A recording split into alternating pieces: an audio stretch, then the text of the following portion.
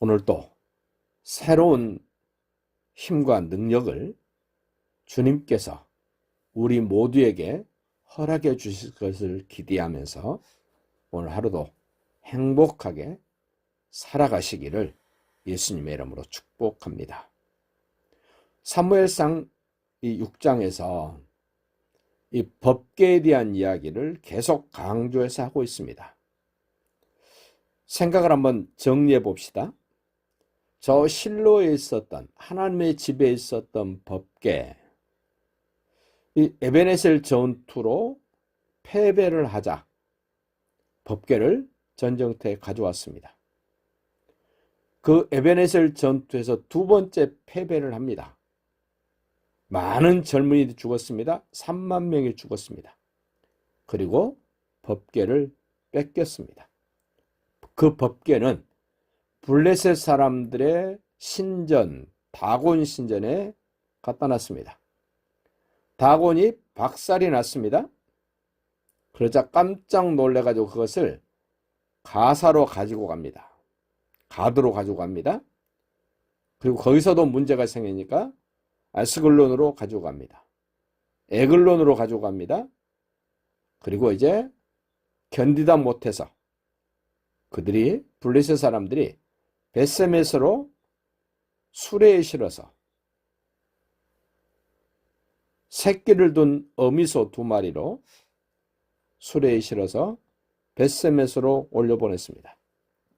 벳세메스에 와서 그것을 사람들이 호기심에 들여다보므로 70명이 죽습니다. 그러자 벳세메스 사람들이 기랏 여아림 사람들에게 이 법궤 너희들이 가져갔으면 좋겠다 하고 기랏 여아림으로 법궤를 보냅니다. 기랏 여아림의 법궤가 있은 지 20년 그냥 방치됩니다. 아무도 관심이 없습니다. 그러다가 다윗이 블레셋을 이기고 여부스를 이기고 법궤를 다윗성으로 옮겨옵니다. 그 법궤를 갖다 놓은 다윗을 일컬어서 우리는 다윗의 장막, 법궤가 놓여 있는 다윗의 장막, 우리 찬송도 CCM도 부릅니다.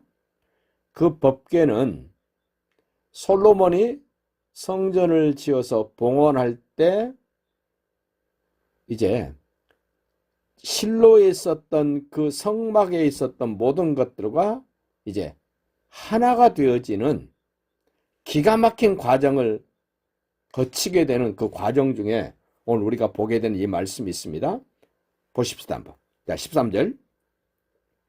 벳세메스 사람들이 골짜기에서 밀을 베다가 눈을 들어 궤를 보고 그 본 것을 기뻐했다. 멀리서 법궤가 수레에 실려 오는 것을 보고 기뻐했다. 멀리서 보고 기뻐했습니다. 그런데 오늘 이 법궤에 대한 내용을 말씀하시면서 깜짝 놀랄 얘기를 하세요. 자, 19절로 가보세요. 벳세메스 사람들이 여호와의 궤를 들여다본 까닭에 13절은 멀리서 법궤를 봤습니다. 겉모습을 봤습니다. 그런데 19절은 벳세메스 사람들이 여호와의 궤를 들여다본 까닭에 어떤 의미입니까? 가까이서 봤습니다. 법궤 뚜껑을 열어 제치고 그 속을 들여다봤습니다. 어떤 일이 벌어졌습니까? 멀리서 볼 때는 벳세메스 사람들이 기뻤습니다. 그러나 가까이서 뚜껑을 열고 그 속을 들여다보자 하나님이 70명을 쳐 죽입니다. 통곡이 됩니다. 슬픔이 됩니다. 우리는 이런 과정을 보면서 한 가지 깨달아야 될 게 있습니다. 하나님이 말씀하신 대로 하지 않으면 심각한 문제가 생긴다라는 겁니다. 우리가 하나님의 임재를 생각하면서 예배를 드릴 때 내 방법대로 내 방식대로 드리면 되는 것이 아닙니다. 하나님이 원하는 방식대로, 하나님이 원하는 내용대로 하셔야 됩니다. 이 법궤는 하나님의 임재를 우리에게 상징적으로 보여주는 겁니다. 하나님의 거룩하심 앞에서 회개해야 됩니다. 하나님의 영광 앞에서 기뻐하며 즐거워해야 됩니다. 그 이스라엘 백성과는 다르게 블레셋 사람들의 모습을 한번 봅시다. 15절 봅니다. 레위인은 여호와의 궤와 그 궤와 함께 있는 금보물 담긴 상자를 내려다가 큰 돌 위에 두매 그날에 베세메 사람들이 여호와께 번제와 다른 제사를 드렸다. 당연합니다. 16절 블레셋 5방백이 다섯 도시의 지도자들 얘기입니다. 5방백이 이것을 보고 히브리 사람들이 법궤를 돌려받고 난 다음에 소를 잡아서 그 수레를 패서 번제 드리는 모습을 보고 그 5방백들이 그날에 에글론으로 돌아갔더라. 그 5방백 소개합니다. 17절 블레셋 사람이 여호와께 속건 제물로 드린 금독종은 이러하니 아스돗을 위하여 하나요. 그 금으로 만들어진 독종 금쥐 5개를 보냈는데 그 내용을 이야기합니다. 아스돗을 위하여 하나요. 가사를 위하여 하나요. 아스글론을 위하여 하나요. 가드를 위하여 하나요. 에글론을 위하여 하나다. 이 5 성읍은 블레셋의 큰 도시들 얘기입니다.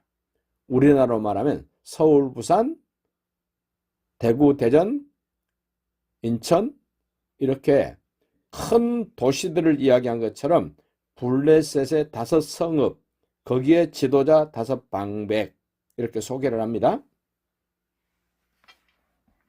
자, 다시 19절로 돌아갑시다. 블레셋 사람들은 끝까지 자기들 성읍에서 일어났던 신전에서 일어났던 이런 일들이 우연히 발생한 것이 아니고 하나님께서 하셨다는 것을 끝까지 확인하고 점검하고 이제 다시 자기 성읍으로 돌아갔습니다. 베세메 사람들이 여호와의 궤를 들여다본 까닭에 절대로 들여다보면 안 되는 게 법궤였습니다. 그러자 하나님이 그들을 치사 70명을 죽이시니라. 법궤가 실로에 있을 때는 아무 문제가 되지 않았습니다. 에베네셀 전투에 법궤가 와서 법궤 뺏기면서 3만 명이 죽었습니다. 그 일로 인하여 홈리와 비나스 제사장 둘이 죽습니다. 엘리 제사장도 죽습니다. 며느리는 에나타가 죽습니다.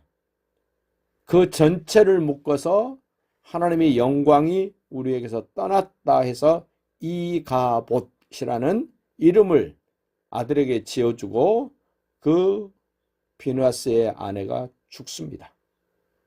그런 과정 속에 오늘 법궤가 돌아왔는데 그 법궤를 들여다보므로 베세메 사람 70명이 죽습니다. 상당히 많은 사람이 죽었습니다. 그러자 그들이 베세메 사람들이 결론을 냅니다. 20절 베세메스 사람들이 이르되 이 거룩하신 하나님 여호와 앞에 누가 능히 서리요 그를 우리에게서 누구에게로 올라가게 할까? 우리도 생각해 봅시다. 크고 작은 일들이 생기면 어떻게 하면 이 법궤를 다른 지방으로 다른 사람에게로 보내버릴까를 생각할 것이 아니라 무엇이 어떻게 잘못됐는가를 점검해야 될 터인데 이 법궤 때문이다라고 생각을 한 겁니다. 우리도 그렇게 생각하기가 쉽습니다. 내 잘못이나 내 생각이나 내 행동이 뭐가 어떻게 잘못됐는가를 생각하지 않고 하나님 때문에 이런 일이 생겼다라고 생각하는 것은 마치 블레셋 사람들의 생각이나 여기 지금 베세메스 사람들의 생각이나 우리의 생각이 똑같습니다. 해결책이 아닙니다.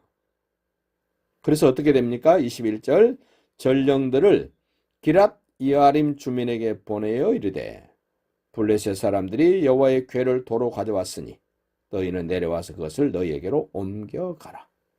마치 다른 사람들에게 다른 지역에 토수에서 보내듯이 가볍게 생각을 합니다. 아닙니다. 이제 뒤에 7장에서 보겠습니다만은 법궤를 제대로 모시고 함께했던 사람들에게는 하나님이 엄청난 복을 주십니다. 법궤 탓이 아닙니다. 하나님 탓이 아닙니다. 내 탓입니다. 나를 돌아보고 그 내용과 방법이 무엇이 잘못됐는가를 점검하면 하나님의 임재는 우리에게 엄청난 복이 되고 능력이 되고 감격이 될 줄로 믿습니다.